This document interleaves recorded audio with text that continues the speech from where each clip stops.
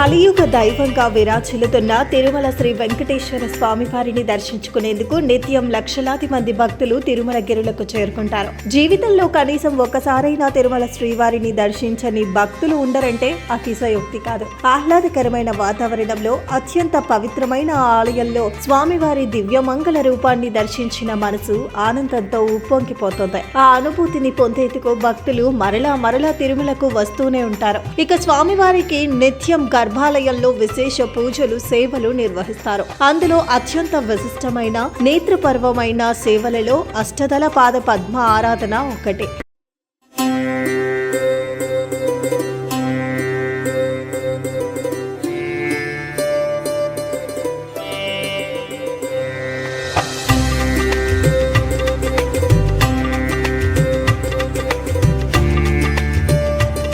ప్రతి మంగళవారం ఉదయం 2 గంట తర్వాత ఈ సేవ జరుగుతుంది. ఈ సేవ ప్రారంభం వెనుక ఒక భక్తుని అపారమైన భక్తి ఉంది. అదేంటంటే 1984లో తిరుమల తిరుపతి దేవస్థానం గోల్డెన్ జూబ్లీ అంటే 50 ఏళ్లు పూర్తి చేసుకున్న సందర్భంలో హైదరాబాద్ కు చెందిన ఓ ముస్లిం భక్తుడు స్వామివారిపై భక్తితో 108 స్వర్ణ పద్మాలను అంటే 108 స్వర్ణ పుష్పాలను కానుకగా ఇచ్చారు. ఒక్కో పద్మం సుమారు 23 గ్రాముల బరువు ఉంటుంది. ఈ పద్మాలతోనే ప్రతి మంగళవారం ఈ సేవను నిర్వహిస్తున్నారు. ఇంతకీ ఈ సేవలను ఎలా చేస్తారంటే అర్చకులు స్వామివారి దివ్యమంగళ విగ్రహానికి ఎదురుగా నిలబడి అష్టోత్తర శతనామావళిని అంటే 108 పేర్లను పఠిస్తారు. ప్రతి నామాన్ని చదివేటప్పుడు ఒక బంగారు పద్మాన్ని స్వామివారి పాదాల చెంత ఉంచి అర్చిస్తారు. అందుకే దీనికి పాద పద్మ ఆరాధన అనే పేరు వచ్చింది.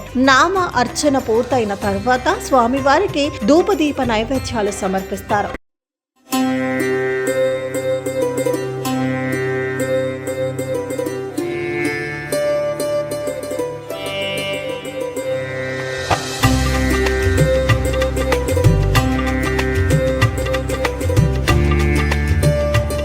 సాధారణంగా స్వామివారి పాదాలు ఎప్పుడూ కవచాలతో లేదా పూలతో కప్పబడి ఉంటాయి. కానీ ఈ సేవ సమయంలో భక్తులు స్వామివారి నిజపాద దర్శనాన్ని చేసుకునే భాగ్యం కలుగుతుంది. బంగారు పుష్పాలతో స్వామివారి పాదాలను అర్చించటం చూడటం భక్తులకు ఒక గొప్ప ఆధ్యాత్మిక అనుభూతిని ఇస్తుంది. ఈ సేవలో వాడే 108 బంగారు పద్మాలు అష్టదళాలను అంటే 8 రేకులను కలిగి ఉంటాయి. భక్తులకు తమ అహంకారాన్ని వదిలి స్వామివారి పాదాల చెంత శరణాగతి వేడటాన్ని ఈ ప్రతీకగా చెబుతారు. ఈ సేవ జరిగే సమయంలో కులశేఖర పడి అంటే గర్భాలయ వాకిలి వరకు భక్తులను అనుమతించడం వల్ల స్వామివారి మూల విరాట్టును చాలా దగ్గరగా దర్శించుకునే అవకాశం లభిస్తుంది. ప్రస్తుతం ఈ ఆర్జిత సేవలో పాల్గొనేందుకు ఆన్లైన్ లేదా ఆఫ్లైన్ ద్వారా అది కూడా లక్కీ డిప్ ద్వారా టికెట్లు పొందవలసి ఉంటది.